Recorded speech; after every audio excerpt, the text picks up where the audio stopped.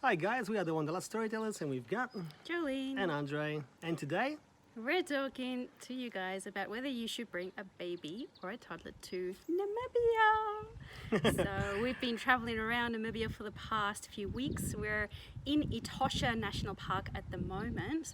So we're getting to the end of our trip and we wanted to share some of our thoughts about whether we would bring a baby or a toddler, or whether you should bring a baby or a toddler to Namibia. So we've got some pros, we've got some cons, we're going to give you our opinion, but overall, oh, we squirrel. got squirrels.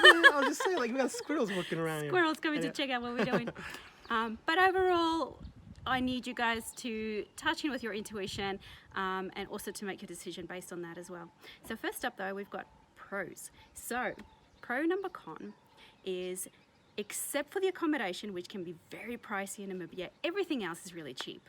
Like, we're in Etosha National Park and I think we paid about $8 Australian per adult to come in, which is incredible. Like, it's nuts.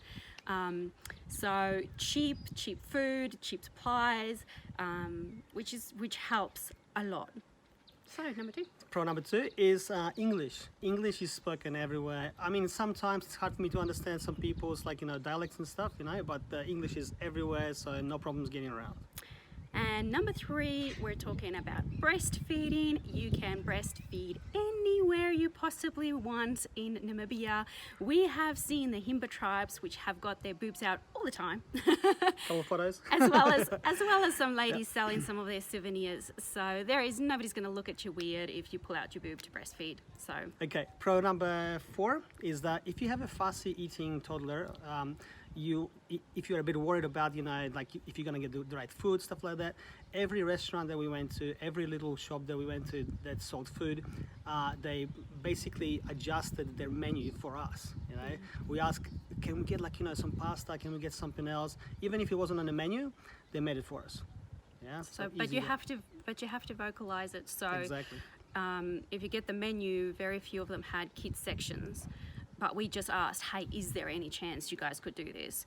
And literally every time they whipped up whatever we wanted for our little daughter. So that's really cool.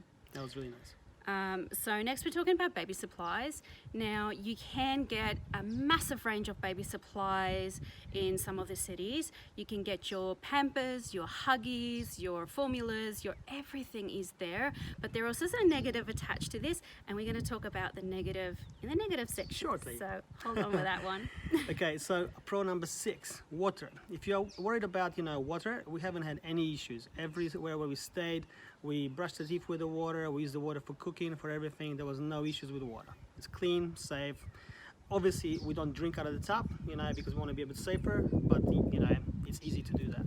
You can buy bottled water everywhere anyway, so you can stock up on your 6 packs of water everywhere. Alright guys, and so we're heading towards the very last pro that we could think of, and that comes down to safety and friendliness.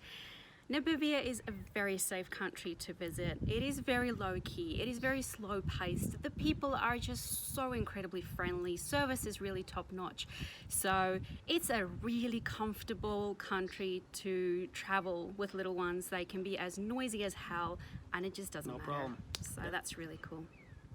Alright guys, so we have negatives. We've got quite a big list of negatives. But before we jump into them, we wanted to let you guys know that we actually have a Facebook family travel support group. If you go to Facebook, or if you have a look in the description below and you search for Family Travel Support Group, you will find us, and you can come and ask or clarify on any of the negatives, or if you're feeling a bit unsure about where you want to go with Namibia, hop in there and ask us. We won't be the only parents that have been to Namibia, so you can get opinions from other people as well, which is always useful rather than just listening to one family's thoughts. So we'll see you there. We'll hop into the negatives, but we would love for you to come and join us in our family travel group. It's an awesome group, so you'll love it there. So, negative number 1. Alrighty. So when we're talking about negatives, number 1 comes up is the distances. Okay. When you want to go and see all the destinations over here in Namibia, the most popular ones are so far away in between. So it's lots of gravel roads, lots of bumpiness. The distances are huge. We literally went, I think the longest one was about 7 hours. and I think the shortest one was about 4 or 5 hours or so. So it's long distances in massive heat. Yeah. Yeah. So something to keep in mind. I mean, taking a little 3-month-old baby on corrugated gravel roads that last for 4 or 5 hours. It's tough. It's I think that would be hard. It's about having to stop and change nappies as well, breastfeeding, you know, all of those things that comes into consideration. So distances is just definitely going to be one of your challenges. So number 2, we've got, you can see my cheeks are starting to glisten up.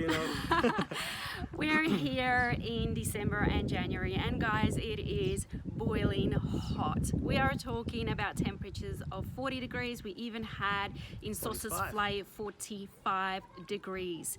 So I wouldn't bring a little baby during that season, because they're going to get heat rash, they're going to be irritated, they're going to be annoyed. I struggle with this temperature, guys, so it is definitely no joke. But if you do your research, there are definitely, I think July, August, have a look at those months, because there are months that are definitely cooler. Just try and avoid the summer season if you do come this way. Now, on number 3, if you're thinking about bringing, like, you know, your prams, your strollers and things like that, my advice would be don't, because there is really, like, you know, outside of the cities, in the towns, you can use them and stuff, but outside of those, there's literally nowhere really to push the, I mean, the roads are so bumpy that our car shakes like this, you know what I mean? I don't think you're gonna be walking with a stroller. I think it's not a good idea. And seeing as we're talking about the heat just before, I forgot to mention that during that season, obviously the baby carrier is going to be impractical as well. Exactly. So where you can't use a stroller and you want to use a baby carrier, but you've got 40-degree heat, I mean, you can't put baby in next to your body and warm them up even more in a baby carrier. Unless you have a portable air conditioning or something. That's going to be another problem as well.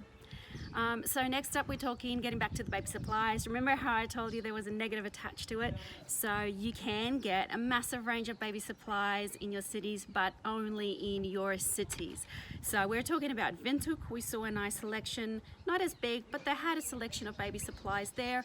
In Swakopmund, they have beautiful, a lot of Germans live there, so they have grocery stores that have a hell of a lot of good products and supplies. They had a massive aisle of baby supplies. But other than that, we haven't seen baby supplies anywhere. Nope. So if you time it that you stock up in those 2 areas, you'll be perfectly fine. But if anything does happen, you run out of baby supplies or you need something else, you're not going to find it in the other areas. So that's something to keep in mind. Got number 5. I mean, if you're thinking about your car seat, okay, so another essential for your toddler or baby, you can hire a car seat over here with your car. We had one that was a little bit, you know, came in dirty and da-da-da-da-da. They cleaned it on the spot with like white, you know. Anyway, you can hire a car seat, but I've noticed that in the car seat they don't have really good hooking system, like the anchoring system. So the only thing that I could do is put the, put the seat belt through the car seat. It's not the best, you know, secured way to do it. So I probably would say, yeah. That's a con. It's really loose, guys. You can see in the video that I'm attaching here how I can wobble it around. I love to have my newborn baby a lot more secure than that. Our daughter is actually 3 years old, so she's got a bit of weight on her, and the weight can help keep it more stable. And overall, I feel like it's more safe that way anyways than just having her, you know, on the seat.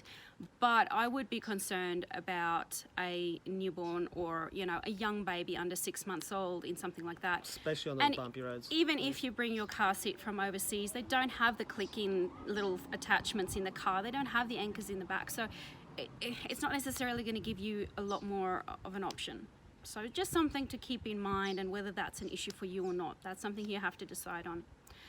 So the next one we want to talk about is connection. So we're talking about phones here, internet, being able to make phone calls. We spoke about the big distances between your destinations that you most likely would like to visit, and most of those driving distances you are going to have a no service or an emergency only on your phone, which does mean that if anything happens, you're not going to be able to reach out very easily to get someone to come and help you. And things happen here, guys. We had a flat tire. We were very lucky that we woke up after our first night sleeping in Namibia and it happened to deflate overnight. But we have seen so many people changing tires next to the road. So not being able to, and you don't often see cars either when you're driving around. So you might be stuck out there for a hell of a long time, you know, with no way of actually getting help. So maybe yeah. a side pointer, if you do driving the long distances, make sure you stock up on your water and some food supplies. So if you get stuck, you have something in the car. Okay, so next con, number 7, is activities. Okay, there's a lot of very cool, exciting activities over here. I mean, driving on the sand dunes, which we've done, you know, and all of those type of stuff, you know, I mean, they might not be exactly, you know, available or good for the baby or a toddler. So if you are, you know, adrenaline junkie, you might have to split up a little bit. So it's not, you know. It's doable. Some of the things are doable. Obviously, you know, climbing a sand dune is doable with a baby, but it's hard. I think we made it about a quarter way through on top of the Big Daddy sand dune before we were like, nah, we're out. I mean, we had the heat against us as well because it was, you know, a 40-degree day and we're trying to climb up with our 3-year-old, and it was really hard. It was no joke. So we have found that even with our 3-year-old, we've had to compromise on the activities that we could do, and we really wish that we could do some that we had to miss out on because we have a little one. So yeah, something to be aware of. Also with activities like, you know, those game drives and things like that, pretty much we've seen that none of the companies that we looked at were taking kids younger than, was it 4 or 5? No, I think it was 8. Or 8 even. Yeah. There you go. So, you know, if you want to do those sort of drives, you can do them yourself. So if you have a good car, if you hired a good car, you can go on the drives yourself, obviously, but you might not be able to get to all the spots that normal game drives can do. So, con, positive, you know, type of stuff. All right, so next one, guys, we are talking about medical facilities. I know that a lot of our parents in our Facebook group is always worried about, you know, the medical facilities, the safety, all of those sorts of things.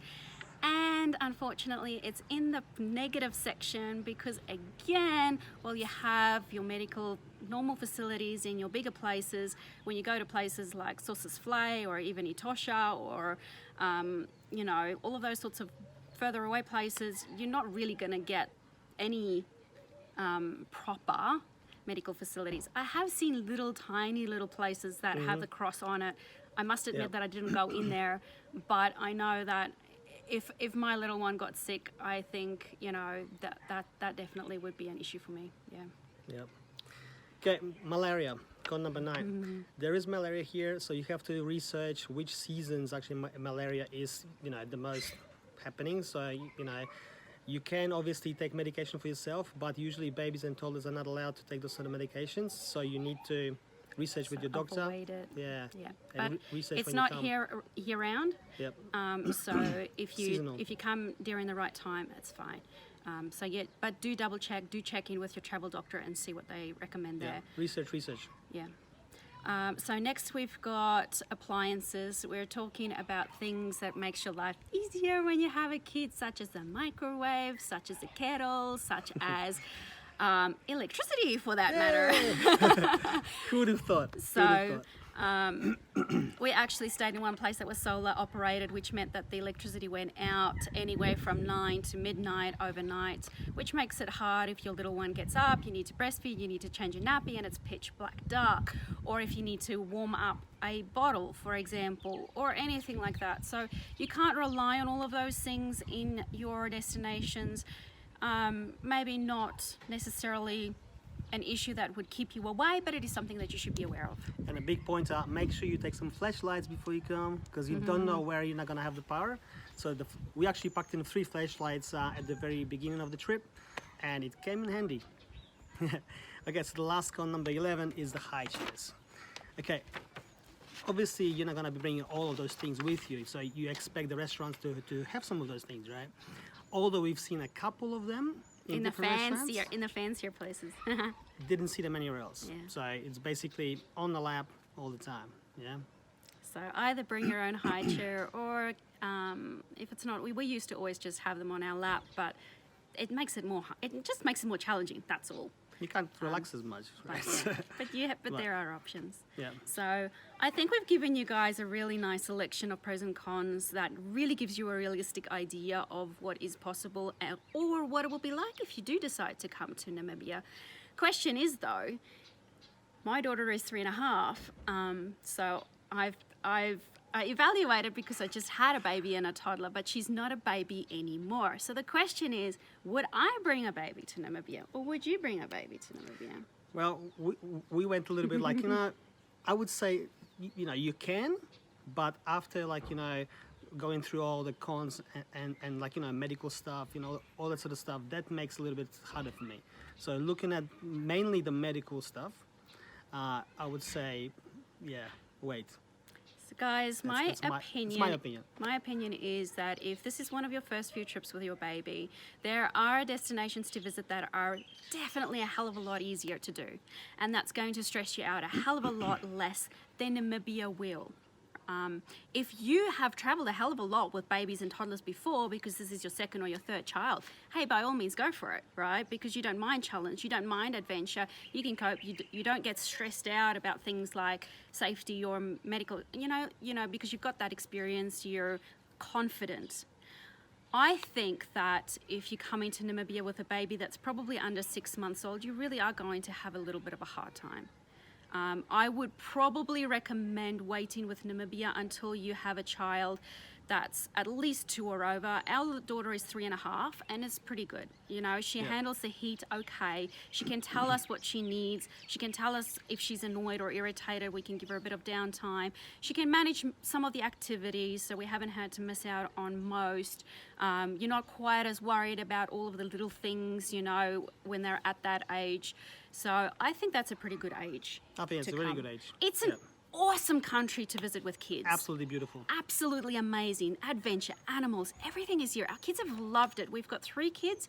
We've got a 3.5-year-old, a 10-year-old, and a 14-year-old, and they have all loved Namibia. But I do think, and that's my opinion, but I do think it's a country that's better when you have kids that's just a bit older. But as I said, come and join our group on Facebook, Family Travel Support Group, and you can ask other people as well what their thoughts are, because I don't want to stop you from coming to Namibia if that's on your bucket list. It is doable, and it's a beautiful country, and it's a safe country, and I love this country. Just got to prep yourself, that's all. Yeah. So guys, I hope we've given you something to think about, and I hope we've helped you out with making that decision. And I hope I see you guys in our Facebook Family Travel Support Group as well. Thanks for watching, guys. See ya.